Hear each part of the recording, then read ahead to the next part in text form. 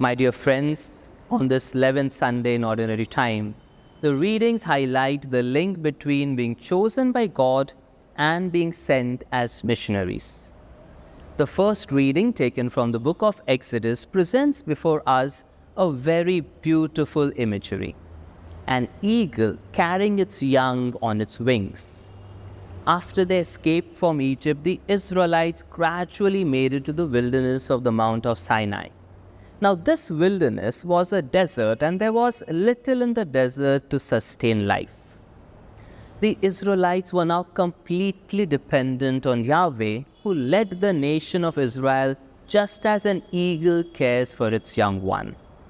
We have at this juncture perhaps one of the most important events in the entire salvation history: the election of Israel and the forming of the conditional covenant.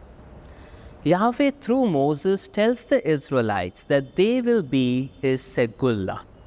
Segullah was a kind of possession that was valuable and cherished.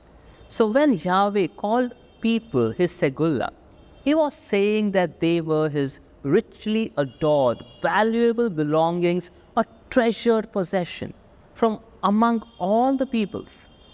We all belong to Yahweh. He treasures us, cherishes us, loves us, and he does not want to part with us. Yahweh makes a covenant with the people of Israel. A covenant, or berit in Hebrew, is an unbreakable mutual relationship between two parties in which one offers certain blessings and the other has certain obligations.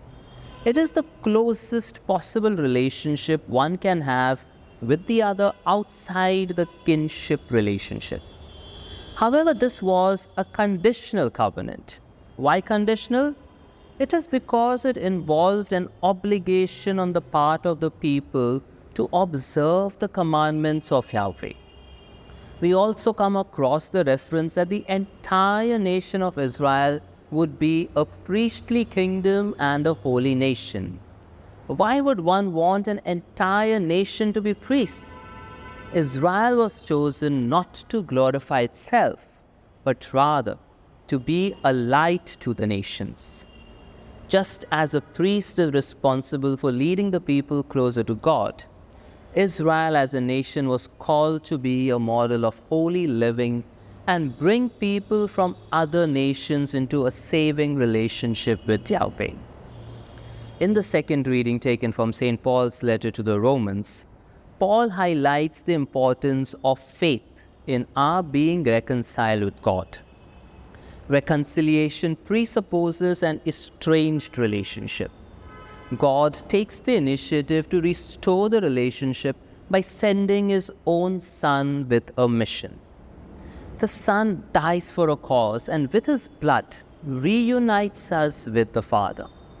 Paul further highlights the extent of God's love by pointing out Jesus' rather bizarre behavior. He died for sinners, for people who could not appreciate his death, and for people who would time and again continue to fall into sin. Having been reconciled to God, all humanity is free from the bondage of sin and free to be participants in God's creative movement. The Church and its members are called to be channels of reconciliation in the world. In the Gospel taken from Matthew, we get a closer look into the loving nature of God in the person of Jesus.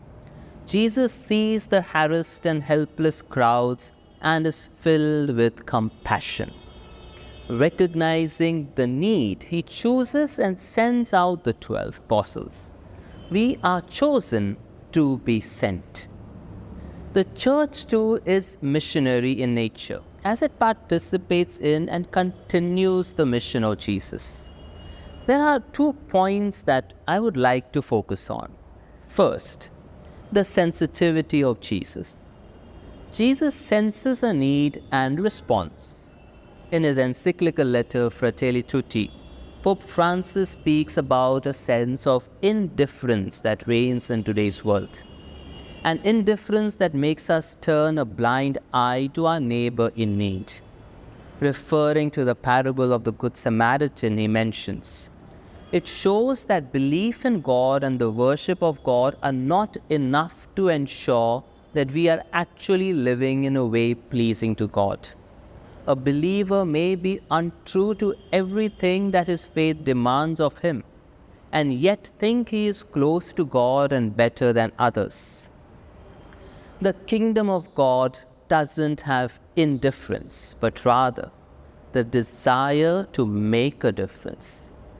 The second point is something that is generally overlooked. It is the fact that by virtue of our baptism and confirmation, we all are called to be missionaries. We all are sent on mission just like the 12 apostles were. The apostles were called to cure the sick, raise the dead, cleanse the lepers, and cast out demons.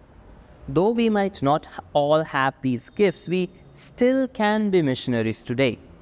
Perhaps we cannot cure people physically, but surely we can reach out to people who need someone to talk to, spend time with the sick, and give a shoulder to someone to cry on. We might not be able to raise the dead physically, but surely we can uplift people emotionally and spiritually by giving them hope and love. Leprosy is curable today, but we still treat people as lepers when we purposely shun them due to their physical appearances or financial status. We all are not exorcists, but definitely we all can exorcise the demons of gossip, pride, and hatred from our lives. Just as God led and protected Israel, He leads and protects each one of us in our lives. Unfortunately, quite often we fail to recognize Him.